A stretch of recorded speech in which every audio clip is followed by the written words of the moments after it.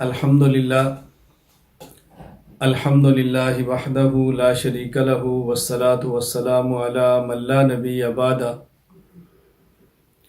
اما بعد فاعوذ باللہ من الشیطان الرجیم بسم اللہ الرحمن الرحیم والعصر ان الانسان لفی خسر الا الذین آمنوا وعملوا الصالحات وتواصوا بالحق وتواصوا بالصبر اللہم صلی علی محمد وعلی آل محمد کما صلیت علی ابراہیم وعلی آل ابراہیم انک حمید مجید اللہم بارک علی محمد وعلی آل محمد کما بارکت علی ابراہیم وعلی آل ابراہیم انک حمید مجید۔ اصول عقائد کے حوالے سے ہماری گفتگو چل رہی تھی۔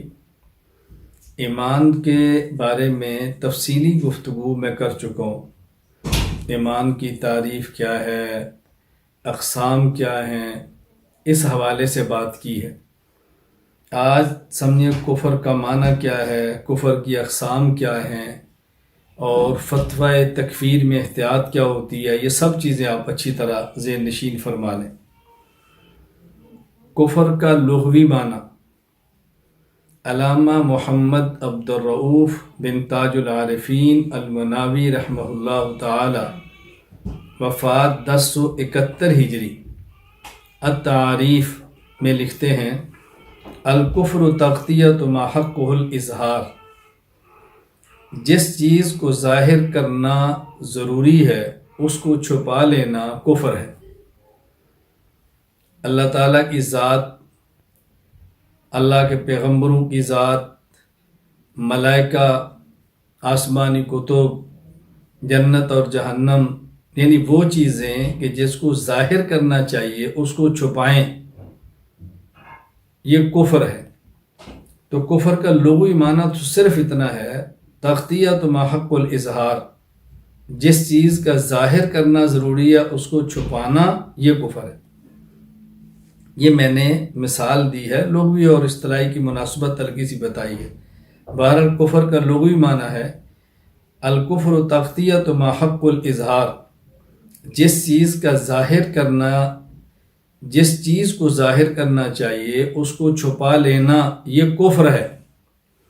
کفر کا اصطلاحی اور شرعی معنی علامہ سعد الدین مسعود بن عمر بن عبداللہ تفتازانی رحمہ اللہ تعالی وفات 792 ہجری شرح المقاصد فی علم الکلام میں تحریر فرماتے ہیں: الکفر عدم الایمان عما من شأنی، جن چیزوں پر ایمان لانا ضروری ہے ان پر ایمان نہ لانا، یہی کفر ہے۔ جس چیزوں کو ماننا ضروری ہے ان کو نہ ماننا، یہی کفر ہے۔ باقی کفر کی اقسام، یہ بات ذہن نشین فرما لیں کہ کفر کی تقریباً 9 اقسام بنتی ہیں۔ نمبر 1، کفر انکار، یعنی ظاہراً اور باطناً نہ ماننا، دل سے بھی تسلیم نہ کرنا، زبان سے بھی اقرار نہ کرنا، دل سے بھی قبول نہ کرنا اور زبان سے بھی قبول نہ کرنا، یہ ہے کفر انکار۔ جس طرح عام کفار ہیں، وہ دل سے بھی نہیں مانتے، زبان سے بھی اقرار نہیں کرتے، عامت الکفار۔ نمبر 2، کفر نفاق، زبان سے اسلام کا اظہار کرنا اور دل سے ایمان کا انکار کرنا، جس طرح عبداللہ بن ابی ابن سلول کا کفر ہے۔ دل سے نہیں مانتے لیکن اپنی ذاتی اغراض کے لیے زبان سے قبول کر رہے ہیں، اسلام کی بات مان رہے ہیں، بظاہر نبوت پر ایمان لا رہے ہیں، کفر نفاق۔ یہاں یہ بات ذہن نشین فرما لیں، نفاق کی 2 قسمیں ہیں، ایک ہے نفاق اعتقادی اور ایک ہے نفاق عملی۔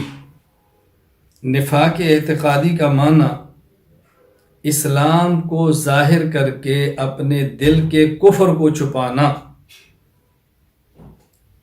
یہ انتہائی خطرناک قسم کا کفر ہے اور اس کا انجام سب سے بدتر ہے۔ قرآن کریم کے اندر ہے ان المنافقین فی الدرک الاسفل من النار، جہنم کے جو طبقات ہوں گے ان سے سب سے نچلے طبقے پر یہی کفار ہوں گے۔ نمبر 2، نفاق عملی، دل میں ایمان موجود ہے، زبان سے بھی اسی ایمان کا اظہار کرتا ہے، لیکن کام وہ کرتا ہے جو منافق کرتے ہیں، اس میں کچھ علامات وہ ہیں جو منافقین والی ہیں، یہ نفاق عملی ہے۔ جس طرح کہ حضور اکرم صلی اللہ علیہ وسلم نے ارشاد فرمایا آیت المنافق ثلاث، منافق کی 3 نشانیاں ہیں۔ اذا حدث کذب، جب بات کرے تو جھوٹ بولے، وَإِذَا وعد اخلف، وعدہ کرے تو خلاف ورزی کرے، وَإِذَا اؤْتُمِنَ خان، امانت رکھی جائے تو خیانت کرے۔ صحیح بخاری باب علامت النفاق۔ تو ایک ہے نفاق اعتقادی اور ایک ہے نفاق عملی، یہ ذہن نشین فرما لیں۔ نفاق اعتقادی کے بارے میں یہ اچھی طرح ذہن نشین فرما لیں کہ ہم دنیا میں کسی بھی شخص کو نفاق اعتقادی کی بنیاد پر منافق نہیں کہہ سکتے، یعنی تو منافق ہے کہ تیرے دل میں کفر ہے اور زبان پر تو ایمان کا اظہار کرتا ہے، کیونکہ جب پتہ چل گیا دل میں کفر ہے تو نفاق نہ رہا۔ نفاق تو تب تک ہو جب تک تمہیں پتہ نہ چلے کہ دل میں کفر ہے، یہ بات اچھی طرح ذہن نشین فرمائیں۔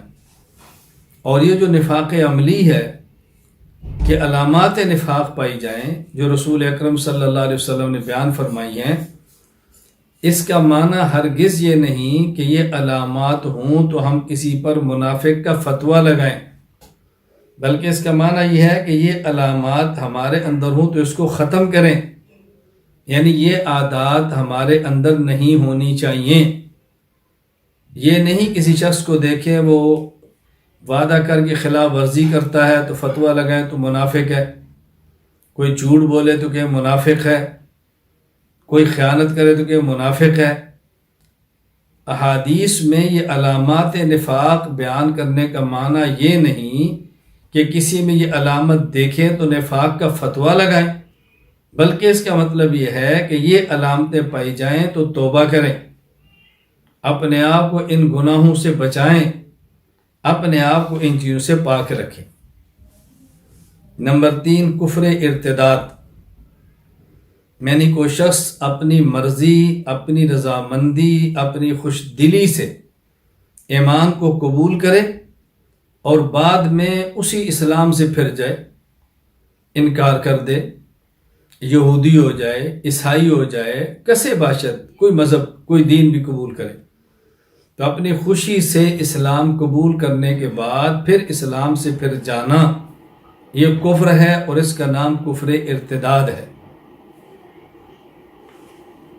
جس طرح مانعین زکوٰۃ تھے،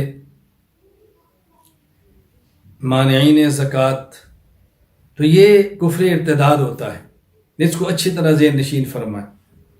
نمبر 4، کفر شرک، اللہ کو مان کر اس کی ذات یا مخصوص صفات میں کسی غیر کو شریک کرنا، یعنی اللہ کی ذات کو بھی مانتا ہے اور اللہ کی ذات کے علاوہ کسی اور کو بھی مانتا ہے، اللہ کی ذات کو مانتا ہے اور اللہ تعالیٰ کی مخصوص صفات کسی اور کے اندر بھی وہ تسلیم کرتا ہے۔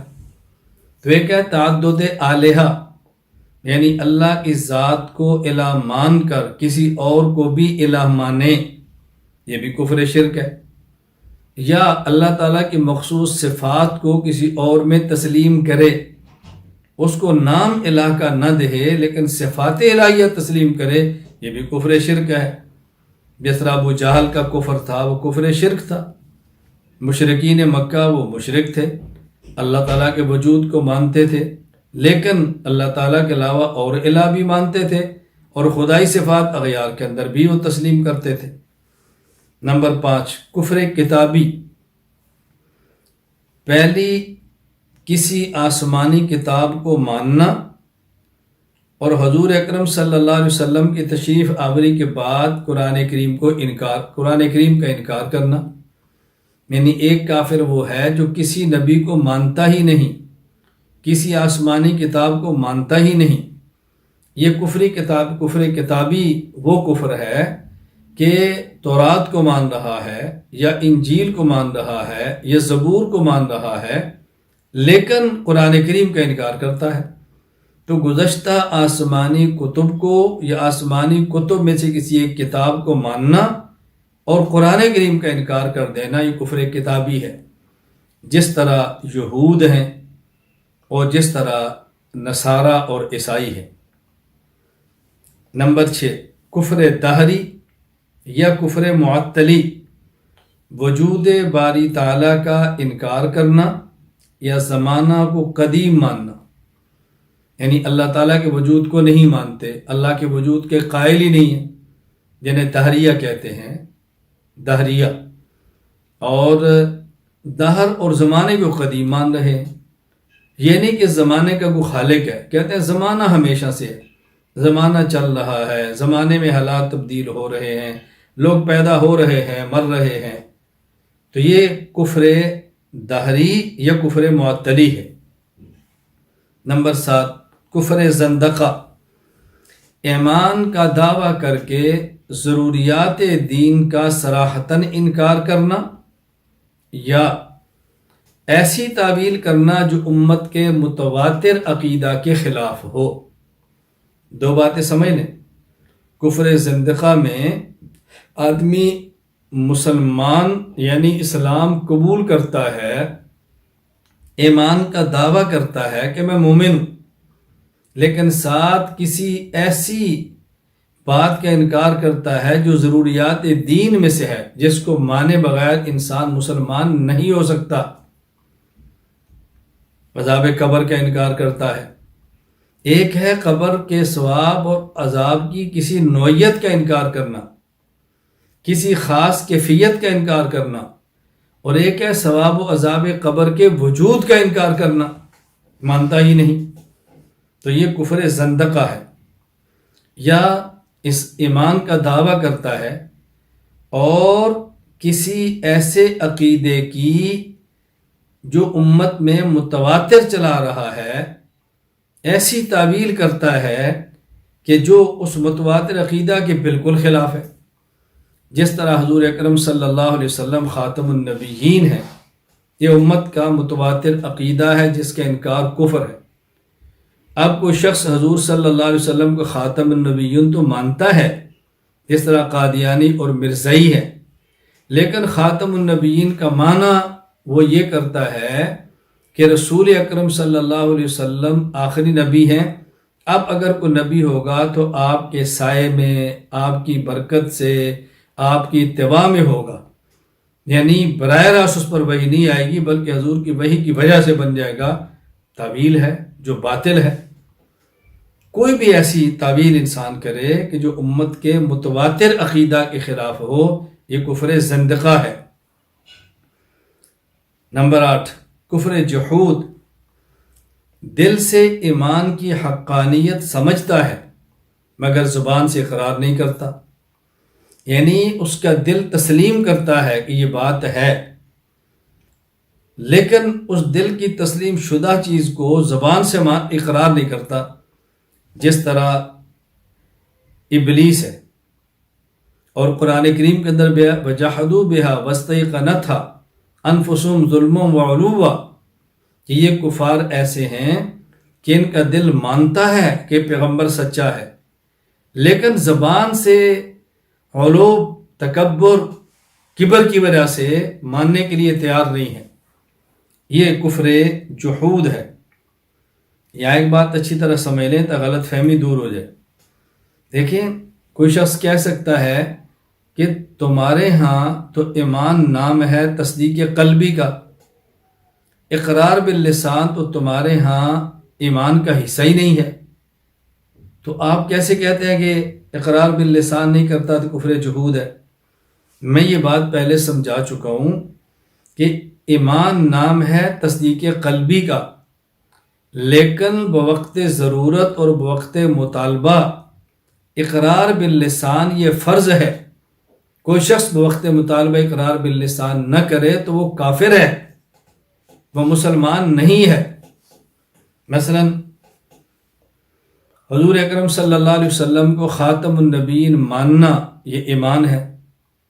ایک شخص کے بارے میں یہ بات پھیل جاتی ہے کہ یہ رسول اللہ صلی اللہ علیہ وسلم کو خاتم النبیین نہیں مانتا، اب اس سے مطالبہ کیا جی تیرا کیا عقیدہ ہے؟ وہ کہتا ہے میرا وہی عقیدہ ہے جو مسلمانوں کا ہے۔ بھئی مسلمانوں کا عقیدہ ہے، تو بتا تیرا کیا عقیدہ ہے؟ جی جو سب کا میرا وہی ہے۔ تو اپنی زبان سے کہہ رسول اللہ صلی اللہ علیہ وسلم آخری نبی ہیں اور آپ کے بعد کسی بھی قسم کا کوئی نبی نہیں آ سکتا۔ تو کہہ آپ کے بعد کسی بھی قسم کا کوئی نبی پیدا نہیں ہو سکتا، تو کہتا میں نہیں کہتا۔ تو یہ بات میں سمجھا رہا ہوں کہ تصدیق قلبی کا نام ایمان ہے، لیکن بوقت ضرورت اقرار لسانی شرط ہے۔ کوئی شخص دل سے مانتا ہے لیکن زبان سے اقرار نہیں کرتا تو یہ بھی کافر ہے۔ کفر جحود۔ نمبر 9 کفر عناد، یعنی وہ دل سے بھی حق سمجھتا ہے، زبان سے بھی کہتا ہے کہ حق ہے، لیکن میں قبول نہیں کرتا۔ یعنی وہ شخص کہتا ہے کہ رسول اکرم صلی اللہ علیہ وسلم سچے نبی ہیں، دل بھی مانتا ہے اور زبان سے بھی کہتا ہے سچے نبی ہیں، لیکن میں کلمہ نہیں پڑھتا، میں اس کو قبول نہیں کرتا، ہے سچے مگر میں نہیں کرتا۔ یہ کفر عناد ہے، جس طرح خواجہ ابو طالب کا کفر ہے، جس طرح خواجہ ابو طالب کا مسئلہ ہے۔ تو یہ کفر کی 9 اقسام ہیں۔ ان میں سے جو ہم نے پہلی 7 اقسام بیان کی ہیں، کفر انکار، کفر نفاق، کفر ارتداد، کفر شرک، کفر کتابی، کفر دہری اور کفر زندقہ، یہ 7 قسمیں علامہ سعد الدین تفتازانی رحمہ اللہ وفات 792 ہجری، انہوں نے شرح المقاصد فی علم الکلام کے اندر بیان فرمائی ہے۔ اور آخری 2 قسمیں کفر جحود اور کفر عناد، خاتم المحدثین حضرت علامہ انور شاہ کشمیری رحمہ اللہ تعالی وفات 1352 ہجری نے بیان فرمائی ہے، جو کہ فیض الباری علی صحیح البخاری کتاب الایمان اقسام الکفر میں موجود ہے۔ علامہ سعد الدین تفتازانی رحمۃ اللہ شرح المقاصد میں 7 قسمیں بیان فرمائیں۔ قد ظہر ان الکافر اسم لمن لا ایمان له، فإن أظهر الإيمان خص باسم المنافق، وإن طرأ كفره بعد الإسلام خص باسم المرتد لرجوعه عن الإسلام، وإن قال بإلهين أو أكثر خص باسم المشرك لاتباع شريك في الألوهية، وإن كان متدينا ببعض الأديان والكتب المنسوخة خص باسم الكتاب كاليهودية والنصرانية، وإن كان يقول بقدم الدهر وإسناد الحوادث إليه خص باسم الدهرية، وإن كان لا يثبت الباري تعالى خص باسم المعطل، وإن كان مع اعترافه بنبوة النبي صلى الله عليه وسلم إظهار شعائر الإسلام ببطن عقائد هي كفر بالاتفاق خص باسم زنديق۔ یہ 7 قسمیں، اور آخری 2 قسمیں کفر جحود اور کفر عناد، علامہ کشمیر رحمہ اللہ فرماتے ہیں وَأَمَّا كُفْرُ الْجُحُودِ فَهُوَ أَن يَعْرِفَ الْحَقَّ بِقَلْبِهِ وَلَا يُقِرَّ بِلِسَانِهِ كَكُفْرِ إِبْلِيسِ، وَقَوْلُهُ تَعَالَى فَلَمَّا جَاءَهُم مَّا عَرَفُوا كَفَرُوا بِهِ، یعنی کفر الجحود۔ وَأَمَّا كُفْرُ الْمُعَانَدَةِ فَهِيَ أَن يَعْرِفَ بِقَلْبِهِ وَيُقِرَّ بِلِسَانِهِ وَلَا يَقْبَلَ وَلَا يَتَدَيَّنَ بِهِ كَكُفْرِ أَبِي طالب۔ یہاں آخر میں بطور فائدہ یہ بات ذہن نشین فرما لیں، یہ کفر کی 9 اقسام تمام کی تمام اگرچہ موجود ہیں، لیکن ہم کسی شخص کو کفر نفاق کی بنیاد پر منافق نہیں کہہ سکتے۔ ہم دنیا میں کسی بھی شخص کو کافر منکر کہہ سکتے ہیں، دنیا میں کسی بھی کافر شخص کو کافر مرتد کہہ سکتے ہیں، کافر مشرک کہہ سکتے ہیں، کافر کتابی اہل کتاب کہہ سکتے ہیں، کافر معطلی کہہ سکتے ہیں، کافر زندیق کہہ سکتے ہیں، کافر جاہد کہہ سکتے ہیں، کافر عنادی کہہ سکتے ہیں، لیکن کافر منافق نہیں کہہ سکتے۔ وجہ یہ ہے کہ کفر نفاق میں زبان سے اسلام کا اظہار ہوتا ہے اور دل میں کفر ہوتا ہے۔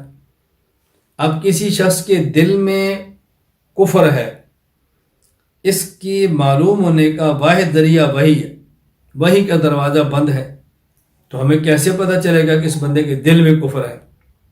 اس لیے آج یہ کافر ہو تو سکتا ہے کہ دل میں کفر ہو، زبان سے اسلام کا اظہار کرے، مگر ہم اس بنیاد پر کسی کو کافر منافق نہیں کہہ سکتے کہ ہمیں کیا معلوم کہ اس کے دل کے اندر کفر ہے اور زبان سے اسلام کا اظہار کرتا ہے۔ رسول اکرم صلی اللہ علیہ وسلم کے دور میں تھا، کسی شخص کے دل میں ایمان نہیں ہے، زبان سے ایمان کا اظہار کرتا ہے، وہی آ جاتی اور آپ کو پتہ چل جاتا۔ آج اس کے معلوم ہونے کا ذریعہ نہیں ہے، لہٰذا کفر نفاق ہونے کے باوجود ہم کفر نفاق کی بنیاد پر کسی کو کافر منافق کا فتویٰ نہیں دے سکتے۔ چنانچہ مفتی اعظم پاکستان مفتی محمد شفیع عثمانی نور اللہ مرقدہ وفات 1396 ہجری، وہ تحریر فرماتے ہیں، کیا کفر و نفاق عہد نبی کے ساتھ مخصوص تھا یا اب بھی موجود ہے؟ اس معاملہ میں صحیح بات یہ ہے کہ منافق کے نفاق کو پہچاننا اور اس کو منافق قرار دینا دو طریقوں سے ہوتا تھا۔ ایک یہ کہ اللہ تعالیٰ اپنے رسول صلی اللہ علیہ وسلم کو بذریعہ وحی بتلا دیا کہ فلاں شخص دل سے مسلمان نہیں، منافق ہے۔ دوسرے یہ کہ اس کے کسی قول فعل سے کسی عقیدہ اسلام کے خلاف کوئی بات اسلام کی مخالفت میں کوئی عمل ظاہر ہو اور ثابت ہو جائے۔ حضرت صلی اللہ علیہ وسلم کی وفات کے بعد انقطاع وحی کے سبب ان کو پہچاننے کی پہلی صورت تو باقی نہ رہی، مگر دوسری صورت اب بھی موجود ہے۔ جس شخص کے کسی قول اور فعل سے اسلامی قطعی عقائد کی مخالفت یا ان پر استہزاء یا تعریف ثابت ہو جائے، مگر وہ اپنے ایمان اسلام کو مدعی بنے تو وہ منافق سمجھا جائے گا۔ ایسے منافق کا نام قرآن کریم کی اصطلاح میں ملحد ہے، الذین یلحدون فی آیاتنا، اور حدیث میں اس کو زندیق کے نام سے موسوم کیا گیا ہے، مگر چونکہ اس کا کفر دلیل سے ثابت اور واضح ہو گیا، اس لیے اس کا حکم سب کفار جیسا ہو گیا، الگ کوئی حکم اس کا نہیں ہے۔ اس لیے علماء امت نے فرمایا کہ رسول اللہ صلی اللہ علیہ وسلم کے بعد منافقین کا قضیہ ختم ہو گیا، اب جو مومن نہیں وہ کافر کہلائے گا۔ تو میں نے آپ کی خدمت میں پہلے کفر کا معنی بیان کیا، پھر کفر کی اقسام بیان کی۔ اب یہ بات سمجھیں کہ کسی شخص کو دنیا میں کافر کہنا، دنیا میں کسی شخص پر کفر کا فتویٰ لگانا، یہ نہایت اہم اور خطرناک مرحلہ ہے۔ اس لیے کہ حدیث پاک میں رسول اکرم صلی اللہ علیہ وسلم کا ارشاد موجود ہے، لا یرمی رجل رجلا بالکفر او الفسوق الا ارتد علیہ ان لم یکن صاحبہ کذالک۔ اگر کوئی شخص کسی کو کافر کہے یا فاسق کہے اور جس کو کہا جا رہا ہے وہ کافر اور فاسق نہیں، تو یہ فتویٰ تکفیر یا فتویٰ تفسیق اس فتویٰ لگانے والے پر لوٹا جائے گا، یہ خود کافر یا فاسق ہوگا۔ اگرچہ اس حدیث مبارک کے معانی علماء کرام نے اور بھی بیان فرمائے ہیں، لیکن میں صرف یہ بتا رہا ہوں کہ اہم مسئلہ بہت ہے۔ کسی شخص پر کفر کا فتویٰ لگانے میں نہایت احتیاط سے کام لینا چاہیے۔ حکیم الامت مجدد الملت مولانا اشرف علی تھانوی رحمہ اللہ فرمایا کرتے تھے، اگر حضرت حاجی امداد اللہ مہاجر مکی نور اللہ مرقدہ، اگر حاجی صاحب کی صحبت مجھے نہ ملی ہوتی تو میں فتویٰ باز مولوی بنتا۔ میں فتویٰ باز مولوی اس لیے نہیں بنتا، حضرت حاجی صاحب کی صحبت مجھے میسر تھی۔ میں علماء کرام کی خدمت میں بارہا یہ بات عرض کر چکا ہوں کہ علماء کرام ایسے شخص سے جس کے علم عمل پر آپ کو اعتماد ہو، آپ کا ان سے مزاج ملتا ہو، آپ کا ان سے رابطہ ہو سکتا ہو، تو ان سے بیعت کریں، اپنا ہاتھ ان کے ہاتھ میں دیں، اور آپ یقین فرمائیں غیر عالم کا بیعت ہونا اتنا ضروری نہیں جتنا عالم اور مبلغ کا بیعت ہونا، اور پھر بیعت ہونے کے بعد مرشد پر فنا ہونا اور مرشد کے قدموں میں زندگی گزارنا ضروری ہے۔ اس کا بہت زیادہ خیال فرمائیں، فتوے میں بہت زیادہ احتیاط کام لیں۔ قاضی ابو الفضل ایاز بن موسیٰ بن ایاز مالکی رحمہ اللہ تعالی، وفات 544 ہجری، وہ نقل فرماتے ہیں لِأَنَّ إِدْخَالَ كَافِرٍ فِي الْمِلَّةِ وَإِخْرَاجَ مُسْلِمٍ عَنْهَا عَظِيمٌ فِي الدِّينِ الشفاء بتعریف حقوق المصطفیٰ فصل فی تحقیق القول فی اکفار المتأولین، یعنی کسی کافر کو مسلمان کہنا یا مسلمان کو کافر کہنا یہ بہت اہم مسئلہ ہے، بہت اہم مسئلہ ہے، بہت اہم مسئلہ ہے۔ میں کس درد کے ساتھ یہ بات عرض کروں کہ فتویٰ تکفیر، فتویٰ تذلیل، فتویٰ تفسیق میں بہت زیادہ احتیاط کی ضرورت ہے۔ فتویٰ تکفیر، کسی پر کفر کا فتویٰ لگانا، فتویٰ تذلیل، کسی کو گمراہ کہنا، فتویٰ تفسیق، کسی شخص معین کو فاسق کہنا، یہ بہت اہم اور خطرناک مسئلہ ہے۔ اللہ کے لیے بہت زیادہ احتیاط سے کام لیں اور اس بحث کو اچھی طرح ذہن نشین فرما لیں تاکہ کبھی بھی الجھن کے اندر مبتلا نہ ہو۔ اللہ تعالی ہمیں بات سمجھنے کی توفیق عطا فرمائے۔ بہت سارے الفاظ، بہت سارے کلمات ایسے ہوتے ہیں کہ بظاہر ان سے کفر نظر آتا ہے لیکن وہ کفر نہیں ہوتا۔ تو ایسے مقامات کہ جہاں بظاہر کفر ہو لیکن پھر بھی ان کلمات کے قائل کو کافر نہ کہا جائے، ذرا اس کو توجہ سے سمجھیں۔ فتویٰ تکفیر میں احتیاط، یعنی کلمات کفریہ ہوں لیکن اس کے قائل کو کافر نہیں کہنا۔ کس مقام پر؟ ذرا یہ مقامات توجہ سے سمجھ لیں، ان مقامات کو گن لیں اور بہت زیادہ اس کا خیال فرمائیں۔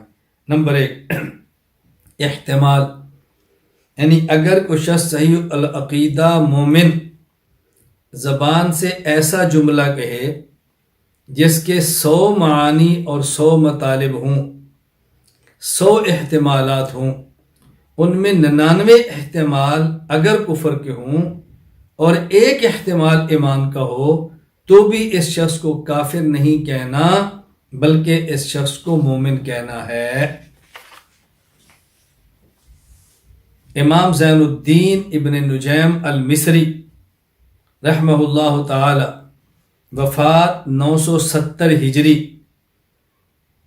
البحر الرائق باب احکام المرتدین، فرماتے ہیں وفی الخلاصۃ وغیرہ اذا کان فی المسألۃ وجوہ توجب التکفیر ووجہ واحد یمنع التکفیر فعلى المفتی ان یمیل الى الوجہ الذی یمنع التکفیر تحسینا للظن بالمسلم۔ جب کسی مسئلہ میں کئی احتمال کفر کے ہوں اور ایک احتمال ایمان کا ہو تو مفتی کو ایمان والے احتمال کو لے کر کفر کا فتویٰ نہ دینا چاہیے، اس لیے کہ مسلمان کے بارے میں اچھا گمان رکھنا چاہیے۔ وفی البزازیۃ الا اذا صرح بارادۃ موجب الکفر فلا ينفع التاویل حینئذ۔ ہاں، بزازیہ میں یہ اضافہ بھی ہے، اگر قائل خود ہی کفر والے احتمال کو متعین کر دے تو پھر کسی تعویل سے اس کو کفر سے نہیں بچا سکتے، پھر ہم اس کو کافر ہی کہیں گے۔ تو اگر کسی لفظ میں، کسی کلمہ میں، کسی جملے میں کئی احتمال، حتیٰ کہ 99 احتمال بھی کفر کے ہوں، ایک احتمال ایمان کا ہو سکتا ہو اور کہنے والا مومن ہو تو اس کو مومن ہی سمجھا جائے گا، الا یہ کہ اس احتمال پہلو کو خود رد کر دے، وہ کہ میری مراد یہ نہیں جو تم کہہ رہے ہو، میری دوسری مراد ہے، پھر ہم اس کو کفر سے کیسے بچا سکتے ہیں؟ اس لیے حکیم الامت مجدد الملت مولانا اشرف علی تھانوی رحمہ اللہ فرمایا کرتے تھے، ہم کسی بھی شخص کو کافر بناتے نہیں، ہاں ہم کافر بتاتے ہیں۔ کافر بنانا اور ہے، کافر بتانا اور ہے۔ کافر بنانے کا معنی کہ ہم مسلمان کو کافر کہہ دیں، اور کافر بتانے کا معنی کافر کو کافر کہیں۔ تو ہم کافر بناتے نہیں، ہم کافر بتاتے ہیں۔ تو جہاں احتمال ایمان والا موجود ہو اسی کے لینا چاہیے۔ اس کی بہت بہترین مثال میں آپ کی خدمت میں پیش کرتا ہوں۔ امام محمد بن یوسف صالحی دمشقی شافعی رحمہ اللہ تعالی، وفات 942 ہجری، حضرت امام اعظم ابو حنیفہ رحمہ اللہ کے بارے میں تحریر فرماتے ہیں، عقود الجمان فی مناقب الامام الاعظم ابی حنیفہ النعمان، تو فرماتے ہیں کہ ایک شخص حضرت امام اعظم ابو حنیفہ رحمہ اللہ کی خدمت میں آیا اور اس نے امام صاحب سے سوال کیا۔ سوال کیا تھا؟ ما تقول فی رجل لا یرجو الجنت ولا یخاف من النار، اس شخص کے بارے میں آپ کی رائے کیا ہے کہ جو جنت کی امید نہیں کرتا اور جہنم سے وہ ڈرتا نہیں، اس کے بارے میں آپ کیا فرماتے ہیں؟ وَيَأْكُلُ الْمَيْتَةَ، مردار کو کھاتا ہے، وَيُصَلِّي بِلَا رُكُوعٍ وَلَا سُجُودٍ، بغیر رکوع اور سجدہ کیے نماز پڑھتا ہے، وَيَشْهَدُ بِمَا لَا يَرَى، اور جس کو نہیں دیکھا اس کی گواہی دیتا ہے، بن دیکھے گواہیاں دیتا ہے، وَيَبْغُضُ الْحَقَّ، حق کو ناپسند کرتا ہے، وَيُحِبُّ الْفِتْنَةَ، فتنے سے پیار کرتا ہے، محبت کرتا ہے، فتنے کو پسند کرتا ہے، حق کو ناپسند کرتا ہے اور فتنے کو پسند کرتا ہے، وَيَفِرُّ مِنَ الرَّحْمَةِ، رحمت سے بھاگتا ہے، وَيُصَدِّقُ الْيَهُودَ وَالنَّصَارَى، یہود اور نصارہ کی تصدیق کرتا ہے، کہتا ہے یہود بھی ٹھیک کہتے ہیں، نصارہ بھی ٹھیک کہتے ہیں، اس کے بارے میں آپ کی رائے کیا ہے؟ اور یہ شخص آیا جو امام صاحب رحمۃ اللہ علیہ سے بہت سخت نفرت رکھتا تھا، بغض رکھتا تھا۔ جب اس نے امام صاحب سے پوچھا تو امام صاحب نے فرمایا تو مجھ سے ایسی بات پوچھتا ہے جس کا تجھے پتہ ہے؟ اس نے کہا نہیں، مجھے تو کچھ بھی نہیں پتا، مجھے تو کچھ بھی نہیں پتا۔ تو امام صاحب نے فرمایا، اپنے ساتھیوں سے کہا جو شاگرد تھے، اس کا جواب دو، تم کیا کہتے ہو؟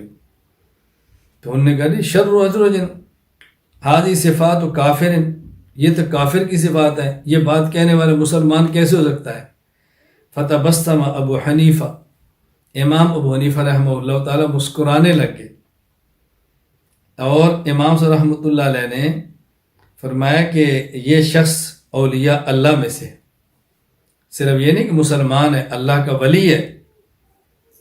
اور حضرت امام صاحب رحمۃ اللہ اس شخص سے فرمایا کہ اگر میں تجھے یہ بتاؤں یہ اللہ کا ولی ہے تو یہ بتا جو تو میرے بارے میں ہر وقت گندی زبان استعمال کرتا ہے، اپنی زبان کو روک لے گا،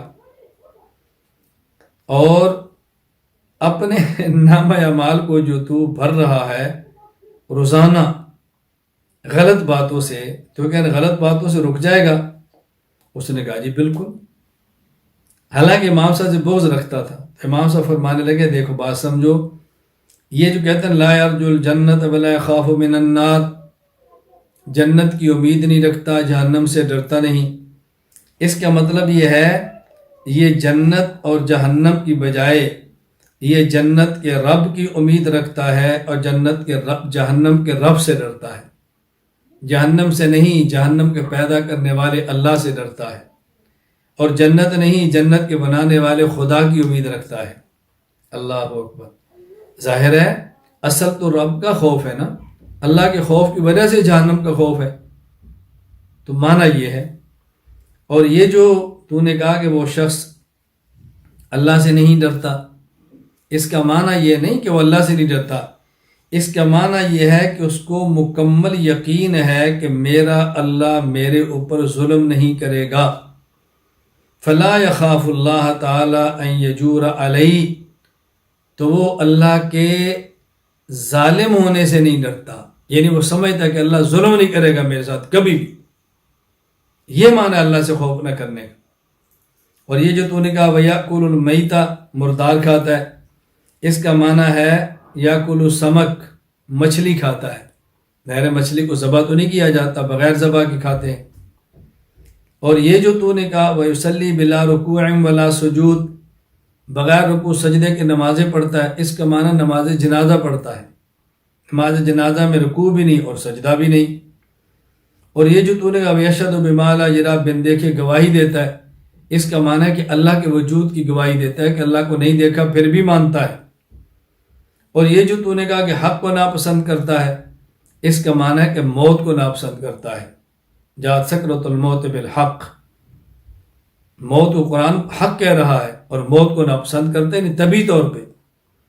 اور یہ جو تو نے کہا کہ فتنہ سے پیار کرتا ہے، قرآن کہتا ہے انما اموالکم اولادکم فتنہ، مال اور اولاد آزمائش ہے، اور مال اولاد سے یہ پیار کرتا ہے۔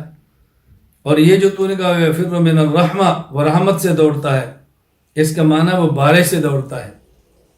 اور یہ جو تو نے کہا یصدق الیہود والنصارى، یہود و نصارہ کی تصدیق کرتا ہے، اس کا معنی یہ ہے کہ یہودی اور نصارہ کہتے تھے وقالت الیہود لیست النصارى علی شیء وقالت النصارى لیست الیہود علی شیء، یہود کہتے ہیں نصارہ باطل، نصارہ کہتے ہیں یہودی باطل، یہ دونوں کی تصدیق کرتا ہے، یعنی دونوں ٹھیک کہتے ہیں، یہودی بھی باطل ہیں، نصارہ بھی باطل ہیں۔ اللہ اکبر۔ کہتا ہے جب آپ نے جواب دیا فقام الرجل وقبل راسہ وقال اشہد انک علی الحق، یہ شخص کھڑا ہوا، قام الرجل کھڑا ہوا، وقبل راسہ امام صاحب کا بوسہ لیا، سر کا بوسہ لیا، اور کہتا ہے اشہد انک علی الحق، میں گواہی دیتا ہوں کہ ابو حنیفہ تو بالکل ٹھیک کہتا ہے۔ میں سمجھا یہ رہا تھا کہ یہ بات اچھی طرح سمجھ لیں، اگر کوئی شخص ایک جملہ یا ایک کلمہ ایسا کہے جس میں کئی احتمالات کفر کے ہوں، ایک احتمال ایمان کا ہو، کہنے والا مومن ہو، اس کو مومن ہی کہنا ہے۔ ہاں الا یہ کہ جو احتمال ایمان والا ہے وہ اس کو خود ہی رد کر دے تو پھر تو خود کو کافر کہہ رہا ہے، اس میں ہم کیا کہہ سکتے ہیں۔ یہاں ایک غلط فہمی ہے، اس کو ذرا اچھی طرح دور کر لیں۔ وہ غلط فہمی کیا ہے؟ غلط فہمی یہ ہے کہ بعض حضرات اس عبارت سے یہ سمجھے ہیں کہ اگر کسی شخص کے 99 عقائد کفریہ ہوں، ایک عقیدہ ایمان کا ہو، تو اس کو مومن ہی سمجھنا ہے، حالانکہ یہ بات 100% غلط ہے۔ اگر کسی شخص کے 99 عقائد کفریہ ہوں، ایک عقیدہ ایمان کا ہو، تو اس کو مومن سمجھنا ہے، یہ 100% غلط ہے۔ اس جملے کا معنی یہ ہے اگر کوئی شخص مومن ہے لیکن ایک لفظ اس کی زبان سے، ایک کلمہ اس کی زبان سے، ایک جملہ اس کی زبان سے ایسا نکلا جس میں 99 احتمال کفر کے ہیں، ایک احتمال ایمان کا ہے، 99 معنی کفر کے ہیں، ایک معنی ایمان کا ہے، 99 مطالب کفر کے ہیں، ایک مطلب ایمان کا ہے، ہم ایمان والے احتمال، ایمان والے معنی، ایمان والے مطلب کو ترجیح دیں گے اور اس کو مومن کہیں گے۔ یہ معنی ہرگز نہیں ہے کہ 99 عقیدے کفر کیوں، ایک عقیدہ ایمان کو تو پھر بھی مومن کہیں گے۔ ایسا دنیا میں کون سا کافر ہوگا کہ جو کوئی ایک بات ایسی نہ مانتا ہو جو ایمان والی ہو؟ کون سا کافر ہوگا؟ اللہ کا وجود ابو جہل بھی مان رہا ہے،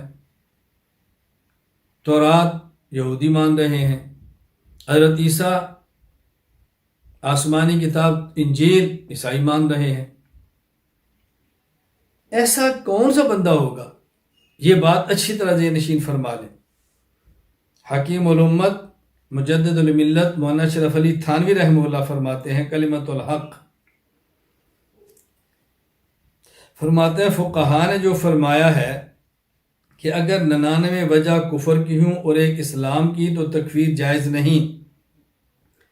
اگر اس کا وہ مطلب ہو جو نیچری وغیرہ سمجھتے ہیں تو دنیا میں کوئی کافر ہی نہ ہوگا کیونکہ ہر کافر میں کوئی نہ کوئی تو وجہ اسلام کی پائی جاتی ہے، مثلا عقیدہ توحید کا، قیامت کا، یا کوئی عمل یا کچھ اخلاق کے سخاوت، مروت وغیرہ۔ تو کیا اس سے اسلام کا حکم کیا جاوے گا؟ سو فقہا کی مراد یہ نہیں، بلکہ مراد یہ ہے کہ اگر کسی قول یا فعل میں کفر کے تو 99 محل محتمل ہوں اور ایک تعویل اسلام کے محتمل ہو تو اس تعویل پر حکم کریں گے۔ اسی طرح امداد الفتاوی جلد 4 صفحہ 393 سوال نمبر 498 مشہور ہے کہ اگر کسی شخص میں 99 وجہ کفر کی ہوں اور ایک وجہ اسلام کی ہو تو اس پر کفر کا فتویٰ دینا نہ چاہیے۔ تو شارع علیہ السلام نے بہت سے کلمات کو کفر کے لیے وضع کیا ہے، تو پھر کلمات کفر کو کفر کے لیے وضع کرنے سے کیا فائدہ؟ اگر محض زجر مقصود ہے تو ہم دیکھتے ہیں کہ فی زماننا بڑے بڑے عالم بعض لوگوں کو ذرا سی بات پر بلکہ حقیقت میں کلمات کفر کے ارتکاب پر کفر کا فتویٰ دیتے ہیں۔ اس فتویٰ کو کس پر محمول کرنا چاہیے؟ جواب، اس کا یہ مطلب نہیں کہ اگر 99 باتیں کفر کی موجب پائی جاویں تب بھی فتویٰ نہ دیں۔ 99 تو بہت ہوتی ہیں، اگر ایک امر بھی موجب کفر یقینی پائی جائے تب بھی فتویٰ دے دیں گے، بلکہ مطلب یہ ہے کہ خود اس امر میں بہت سے احتمال ہیں، بعض احتمالات پر تو وہ موجب کفر ہے اور وہ احتمالات 99 ہیں، اور بعض احتمال پر وہ موجب کفر نہیں اور وہ ایک ہے، تو اس صورت میں اس امر کو محمول اسی احتمال پر کریں گے جو موجب کفر نہیں اور تکفیر سے احتیاط کریں گے۔ یہ پھر اچھی طرح سمجھ لیں، یعنی اگر کوئی شخص مومن ہے، پکا مسلمان ہے، صحیح العقیدہ ہے، ایک لفظ، ایک کلمہ، ایک جملہ ایسا کہتا ہے جس میں 99 احتمال کفر کے ہیں، ایک احتمال ایمان کا ہے، ہم اس کو مومن ہی سمجھیں گے۔ ہاں اگر وہ اپنی زبان سے ایک احتمال کفر کو خود ختم کر دے تو پھر وہ کافر ہوگا۔ یہ معنی ہرگز نہیں کہ اگر کسی شخص میں 99 وجوہ کفر کے ہوں اور ایک وجہ مومن کی ایمان کی ہو تو اس کو پھر بھی مومن سمجھیں گے، یہ بات ہرگز نہیں۔ مومن ہونے کے لیے تمام ایمانیات کو ماننا ضروری ہے، اور کافر ہونے کے لیے کسی ایک ایمانیات میں سے کسی ایک وجہ ایمانی کا انکار کر دینا کافی ہے۔ یہ غلط فہمی دور کر دیں اور اچھی طرح بات سمجھ لیں۔ میں سمجھا یہ رہا تھا کہ فتویٰ تکفیر میں بہت احتیاط کریں۔ اس پر پہلی وجہ میں نے آپ کی خدمت میں عرض کر دی ہے، احتمال۔ دوسری وجہ سبقت لسانی، یعنی اگر کوئی شخص اپنی زبان سے ایک ایسا جملہ کہہ دے جو کہنا چاہ نہیں رہا تھا، زبان کنٹرول سے نکل گئی، غیر اختیاری جملہ کہہ دیا، غیر شعوری کہہ دیا، کہنا کچھ اور چاہتا تھا، کہہ کچھ اور دیا، اور جو زبان سے نکل گیا اس پر پکا نہیں ہے کہ میں نے ٹھیک کہا ہے، کہ مجھ سے غلطی ہو گئی ہے، سبقت لسانی ہو گئی ہے، جلدی سے میری زبان سے نکل گیا ہے۔ تو سبقت لسانی کی بنیاد پر جو بات نہیں کہنا چاہتا تھا، اگر ایسی بات کہہ دی جو کفریہ ہے تو اس شخص پر کفر کا فتویٰ نہیں لگائیں گے۔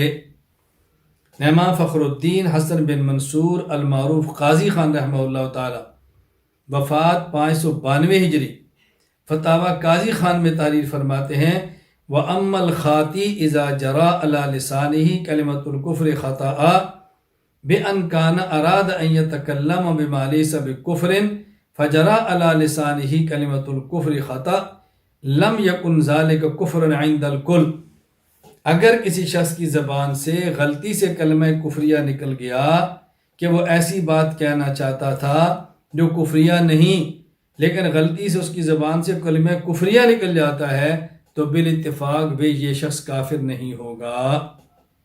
مثال، صحیح مسلم باب فی الحض علی التوبۃ والفرح بها، حضرت انس رضی اللہ تعالیٰ عنہ فرماتے ہیں، رسول اکرم صلی اللہ علیہ وسلم نے فرمایا، جب کوئی شخص گناہ سے توبہ کرتا ہے اس کی توبہ پر اللہ اتنے خوش ہوتے ہیں جس طرح اگر کسی شخص کا اونٹنی کو سواری گم گئی، یہ جنگل میں تھا، سواری گم گئی اور یہ اسی غم میں سو گیا، جب اس کی آنکھ کھلی تو اچانک سواری اس کے سامنے موجود تھی، یہ سواری پا کے کتنا خوش ہوتا ہے۔ اللہ تعالیٰ اپنے بندے کی توبہ پر اس سے بھی زیادہ خوش ہو جاتے ہیں، اور یہ خوش ہو کر اپنی زبان سے کہتا ہے اللہم انت عبدی وانا عبدک، اللہ اکبر، اے اللہ تو میرا بندہ ہے، میں تیرا رب ہوں۔ اور یہ کیوں کہا؟ اخطا من شدت الفرح، خوشی میں اتنا خوش تھا کہ سمجھا ہی نہیں میں زبان سے کیا کہہ رہا ہوں۔ کہنا تو یہ تھا اللہم انت ربی وانا عبدک، اے اللہ تو میرا رب ہے، میں تیرا بندہ ہوں، تو نے کرم کیا، یوں مجھے جانور مل گیا ہے۔ لیکن خوشی سے کیا کہہ دیا؟ اللہم انت عبدی وانا ربک۔ یہ زبان ہے، سبقت لسانی ہے، کنٹرول میں زبان نہیں تھی۔ تو اب ایسے شخص کو کافر نہیں کہیں گے جس کی زبان سے ایسا جملہ سبقت لسانی سے نکل گیا۔ جب یہ اصول آپ کے ذہن میں آ گیا تو اس سے ایک عبارت بھی حل ہوگی۔ حضرت حکیم الامت مولانا اشرف علی تھانوی رحمہ اللہ پر اہل بدعت ایک بہت بڑا اعتراض کرتے ہیں کہ حضرت کا ایک مرید تھا، وہ سویا ہوا تھا اور خواب میں وہ کلمہ شریف پڑھتا ہے اور کہتا ہے جب بھی کلمہ پڑھتا ہوں زبان سے بے ساختہ نکل جاتا ہے لا الہ الا اللہ اشرف علی رسول اللہ، حالانکہ مجھے خواب میں سمجھ لوں کہ میں غلط کہہ رہا ہوں، پریشان ہوں، میں پھر کہتا ہوں، پھر وہ زبان سے جملہ نکل جاتا ہے۔ اب اچانک کہتے ہیں میری آنکھ کھل گئی، میں پریشانی کے اندر مبتلا تھا، دوسری کروٹ لیٹ گیا اور میں نے لیٹ کر اپنی زبان سے درود پاک کا ورد شروع کیا تاکہ جملہ میری زبان سے نکل جائے۔ میں نے جب درود پاک کا ورد شروع کیا تو میری زبان سے پھر یہ نکل گیا اللہم صلی علی سیدنا و نبینا مولانا اشرف علی، حالانکہ اب میں بیدار ہوں، خواب نہیں۔ تو کہتے ہیں حضرت تھانوی رحمۃ اللہ علیہ وسلم جب اس نے پہلے اپنی خواب بیان کی تو حضرت فرمایا کہ اس کی تعبیر یہ ہے کہ تیرا شیخ متبع سنت ہے۔ اب ظاہر خواب کی تو تعبیر ہوتی ہے، تیرا شیخ متبع سنت ہے، یہ خواب کی تعبیر بیان کی گئی۔ تو کہتے ہیں دیکھو جی اس شخص کو کافر کہنا چاہیے تھا، حضرت تھانوی اس کو شاباش دے رہے ہیں، بھئی تو خواب ہے۔ ابھی کہتا ہے نہیں وہ تو خواب نہیں، وہ کہہ رہا ہے میں آنکھ کھل گئی اور بیدار ہو گیا۔ سنیں ذرا، کہتا ہے جو اس کے جملے زبان سے سنے، وہ کہتا ہے میں پوری عبارت نقل کرتا ہوں، میں سو گیا، کچھ دیر بعد خواب دیکھتا ہوں کہ کلمہ شریف لا الہ الا اللہ محمد رسول اللہ پڑھتا ہوں، لیکن محمد رسول اللہ کی جگہ حضور کا نام لیتا ہوں۔ اتنے میں دل کے اندر خیال پیدا ہوتا ہے کہ تجھ سے غلطی ہوئی، کلمہ شریف کے پڑھنے میں اس کو صحیح پڑھنا چاہیے تھا۔ اس خیال سے دوبارہ کلمہ شریف پڑھتا ہوں، دل پر یہ ہے کہ صحیح پڑھا جاوے، لیکن زبان سے بے ساختہ بجائے محمد رسول اللہ کے اشرف علی نکل جاتا ہے۔ حالانکہ مجھ کو اس بات کا علم بھی ہے کہ اس طرح درست نہیں ہے، لیکن بے اختیار زبان سے یہ نکل جاتا ہے۔ 2-3 بار جب یہی صورت ہوئی تو حضور صلی اللہ علیہ وسلم کو اپنے سامنے دیکھتا ہوں، اور بھی چند شخص حضور علیہ السلام کے پاس تھے، لیکن اتنے میں میری حالت ہو گئی کہ میں کھڑا کھڑا بوجہ اس کے کہ رقت طاری ہو گئی زمین پر گر گیا، نہایت زور کے ساتھ چیخ ماری، اور مجھ کو معلوم ہوتا تھا کہ میرے اندر کوئی طاقت باقی نہیں ہے۔ اتنے میں بندہ خواب سے بیدار ہو گیا، لیکن بدن میں بدستور بے حسی تھی اور وہ اثر ناطقی بدستور تھا، لیکن حالت خواب اور بیداری میں حضور صلی اللہ علیہ وسلم کا خیال تھا۔ لیکن حالت بیداری میں جب کلمہ شریف کی غلطی پر خیال آیا تو اس بات کا ارادہ ہوا کہ اس خیال کو دل سے دور کیا جاوے، اس واسطے کہ پھر کوئی ایسی غلطی نہ ہو جاوے۔ وہیں خیال بندہ بیٹھ کے اور پھر دوسری کروٹ لیٹ کر کلمہ شریف کی غلطی اس کے تدارک میں رسول اللہ صلی اللہ علیہ وسلم پر درود پڑھتا ہوں، لیکن پھر بھی یہ کہہ دو اللہم صلی علی سیدنا و نبینا مولانا اشرف علی، حالانکہ اب بیدار ہوں، خواب نہیں۔ کہتے ہیں دیکھو بیدار ہے۔ حضرت تھانوی پھر بھی اس کو کافر نہیں کہہ رہے۔ ہم نے کہا آگے عبارت تو دیکھیں، اگلی عبارت تم نے کیوں کاٹ دی، مکمل عبارت کیوں نہیں پڑھتے؟ آگے ہے لیکن بے اختیار ہوں، مجبور ہوں، زبان اپنے قابو میں نہیں۔ اس روز ایسے ہی کچھ خیال رہا تو دوسری بیداری میں رقت رہی، خوب رویا۔ وہ کہہ رہا میں بے اختیار ہوں، زبان قابو میں نہیں تھی، بے نکل جاتا۔ تو یہی میں بات کہہ رہا ہوں، اگر کسی شخص کی زبان کنٹرول میں نہ ہو، بے اختیاری میں کوئی جملہ کہہ جائے، کہنا کلمہ ایمان چاہتا ہے لیکن نکل کلمہ کفر گیا، اب وہ اس پر راضی تو نہیں ہے، تبھی تو پریشان ہے۔ یعنی خواب میں بھی اگر لا الہ الا اللہ اشرف علی رسول اللہ نکلے تب بھی پریشان ہے۔ تو جو بندہ خواب میں ان کلمات پر پریشان ہے وہ حالت بیداری میں ان کلمات پر راضی کیسے ہو سکتا ہے؟ وہ تو بہت پریشان ہے، وہ پریشانی کا اظہار کر رہا ہے، وہ اس پر مطمئن نہیں ہے۔ ہاں اگر وہ کہتا ہے میں خوش ہوں، حضرت بڑی سعادت ہے، حضرت تھانوی شاباش دیتے، پھر بات تو اور تھی۔ تو خواب کی تعبیر ہوتی ہے اور حالت بیداری میں وہ مجبور ہے، زبان کنٹرول میں نہیں۔ ہم نے اس لیے کہا کہ سبقت لسانی کی بنیاد پہ اگر کوئی شخص یہ جملہ کہہ دے تو ایسے شخص کو کافر نہیں سمجھا جائے گا بلکہ مسلمان سمجھیں گے۔ نمبر 3، اکراہ، یعنی اگر کسی بندے کو کلمہ کفریہ کہنے پر مجبور کیا جائے کہ فلاں کلمہ کو ہو وگرنہ تمہیں جان سے مار دیں گے یا تمہارے کسی عضو کو کاٹ دیں گے، اور پھر یہ شخص کو زبان سے ایسا جملہ کہہ دیتا ہے تو اس پر کفر کا فتویٰ نہیں لگائیں گے۔ الفتاوی ہندیہ کتاب الاکراہ الباب الثانی، وَإِنْ أُكْرِهَ عَلَى الْكُفْرِ بِاللَّهِ تَعَالَى أَوْ سَبِّ النَّبِيِّ صلی اللہ علیہ وسلم بقتل أو قطع رخص له إظهار كلمة الكفر والسب فإن أظهر ذلك وقلبه مطمئن بالإيمان فلا يأثم وإن صبر حتى قتل كان مصابا۔ اگر کسی شخص کو اللہ تعالیٰ کے انکار یا رسول اکرم صلی اللہ علیہ وسلم کی شان میں نازیبا کلمہ کہنے پر مجبور کیا جائے، اگر تو نے کلمہ نہ کہا تو تجھے قتل کر دیں گے یا تیرے کسی عضو کو کاٹ دیں گے، تو اس شخص کے لیے اپنی زبان سے کلمہ کفریہ کہنے کی گنجائش ہے، لیکن شرط کیا ہے؟ اس کا دل مطمئن ایمان کے ساتھ ہو، یہ بات دل سے نہ کہے، زبان سے کہے اور مجبور ہو کر کہے۔ اس کی مثال السنن الکبریٰ للبیہقی باب المکرہ علی الردہ، حضرت محمد بن عمار بن یاسر رضی اللہ عنہ کے صاحبزادے فرماتے ہیں اخذ المشرکون عمار بن یاسر، مشرکین نے عمار بن یاسر کو گرفتار کیا، پکڑ لیا، اور فلم یترکوا حتی سب النبی صلی اللہ علیہ وسلم وذکر آلیتم بخیر، اور اس وقت تک ان کو گرفتار رکھا اور اس وقت تک ان کو چھوڑا نہیں جب تک انہیں اپنی زبان میں رسول اللہ صلی اللہ علیہ وسلم کی شان میں زبان سے نازیبا کلمہ نہیں کہا یا انہوں نے ان کے خداؤں کی تعریف نہیں کی۔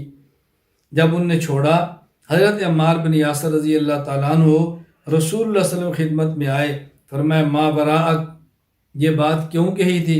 قال شرٌ، اللہ کے نبی اس کے پیچھے یہ پس منظر تھا، یہ میری حالت تھی، یہ وجہ تھی۔ تو اللہ کے نبی صلی اللہ علیہ وسلم یعنی مجھے جب تک میں نے جملے نہیں کہ مجھے انہوں نے چھوڑا نہیں، حضور نے فرمایا کیف تجد قلبک، تیرے دل کی حالت کیا تھی؟ کہ یا رسول اللہ مطمئن بالایمان، میں ایمان پر مطمئن تھا، یعنی ان کے علاقہ کو اچھا سمجھتا بھی نہیں اور آپ کی شان میں نازیبا جملہ کہنے کو برا سمجھتا ہوں۔ آپ نے فرمایا ان عادوا فعد، اگر دوبارہ بھی کبھی ایسا معاملہ پیش آ جائے تو دوبارہ پھر کہہ لینا۔ رسول اکرم صلی اللہ علیہ وسلم نے ان کو پھر اجازت دی ہے۔ تو معلوم ہوا اگر کوئی شخص مجبور ہو جائے اور کلمہ کفر نہ کہا تو اس کو مار دیا جائے گا یا عضو کو کاٹ دیا جائے گا، تو ایسے شخص کو اپنی زبان سے کلمہ کفر کہنے کی اجازت دی گئی ہے، لیکن دل مطمئن ہو ایمان کے ساتھ، یہ باتیں دل سے نہ کہے، یہ بندہ مجبور ہو کر کے تو پھر گنجائش ہے، وگرنہ گنجائش نہیں ہے۔ نمبر 4، عدم ارادہ۔ عدم ارادہ کا معنی اگر کسی شخص کے دل میں ایمان موجود ہو اور وہ کسی دینی ضرورت کی وجہ سے زبان سے کلمہ کفریہ کہہ دے تو اس پر فتویٰ کفر نہیں لگائیں گے، یعنی اپنے ارادے سے بغیر وجہ کے رضامندی اور خوشی سے نہیں کہہ رہا، ہاں اس کی ایک ضرورت ہے، اس ضرورت دینی کی وجہ سے اپنی زبان سے کلمہ کفر کہہ رہا ہے، تو ایسے شخص کو بھی کافر نہیں کہیں گے بلکہ مومن کہیں گے۔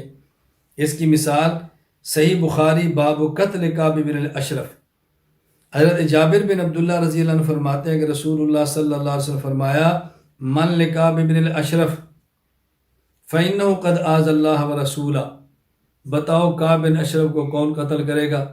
اس نے اللہ اور اللہ کے رسول صلی اللہ علیہ وسلم کو تکلیف دی ہے۔ محمد بن مسلمہ کھڑے کہ یا رسول اللہ آپ ان کا قتل چاہتے ہیں؟ کہا جی بالکل۔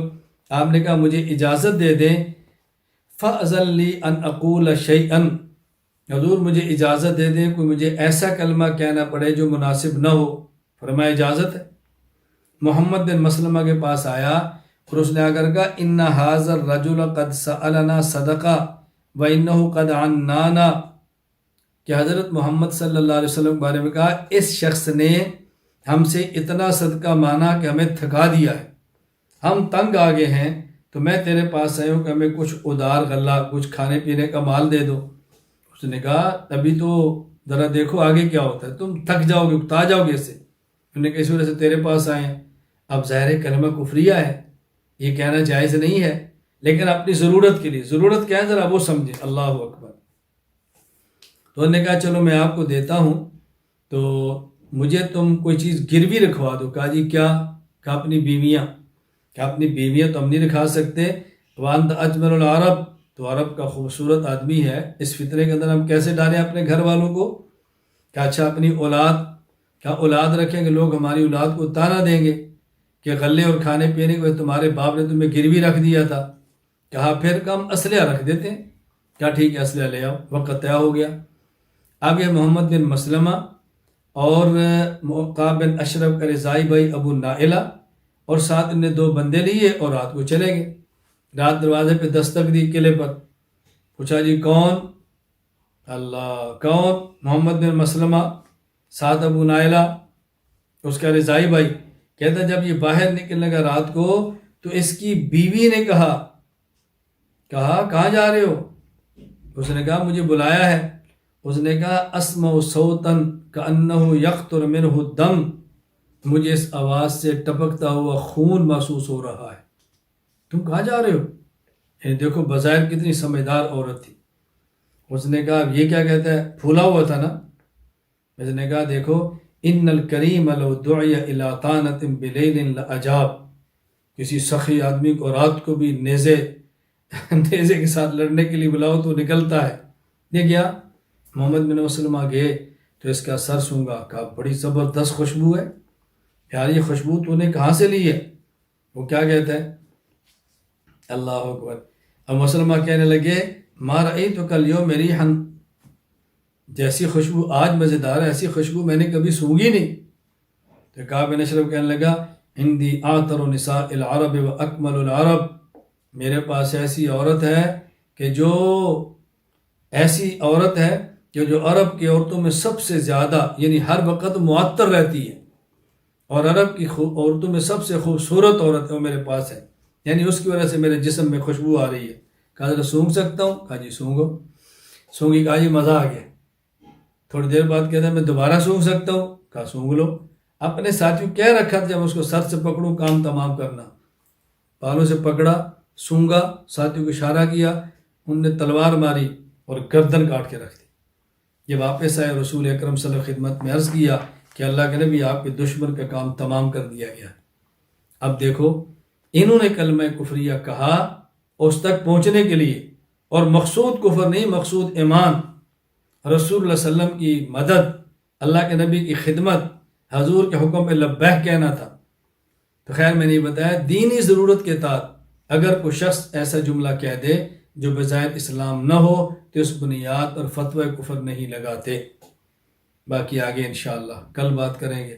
اللہ تعالیٰ میں علم صحیح عطا فرمائے، عمل نافع متقبل صالح عطا فرمائے۔